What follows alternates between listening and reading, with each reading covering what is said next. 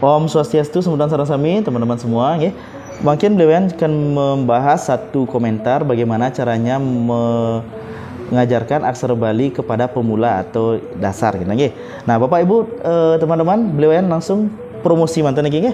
Jadi tiang menggunakan buku acuan tiang niki untuk mengajar biasanya dan sambil menemani teman-teman belajar dari YouTube-nya beliau ya. Tiang bahas beberapa aturan di YouTube dan juga di TikTok. Kemudian Bapak Ibu bisa menghubungi nomor WA tiang niki ya. Niki contoh nih ya.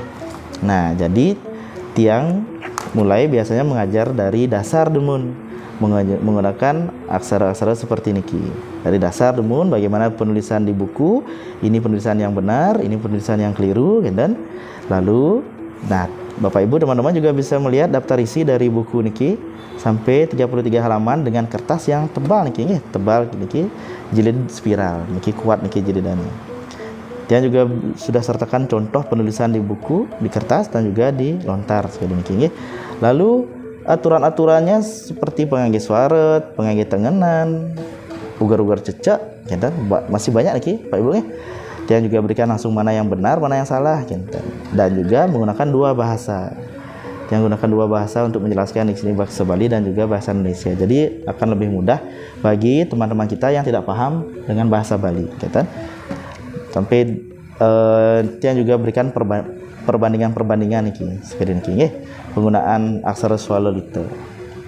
Yang bertanya kemudian tentang suku kembung dan nania, beliau bahas di sini bagaimana caranya membedakan menggunakan suku kembung dan nania atau menggunakan wa atau ya, Yang bahas juga di sini aksara swala lita. Nah, semua yang bahas di sini untuk mendampingi nonton YouTube tiangnya, Lalu yang bertanya kemarin tentang saya tidak mengerti tentang singkatan. Nah, singkatan yang bahas aksara anceng atau ringkasan singkatan. Nah, teman-teman bisa lihat niki sudah tersedia juga di buku niki.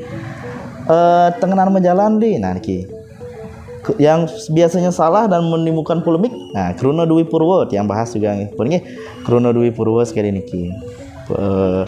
Dan juga aksara yang jarang keluar dan seperti taleng detia jarang sekali digunakan. Nah, kita bahas di sini tentang penulisan papanama. Nah, niki penggunaan pasang jajar sambung dan pasang jajar palas.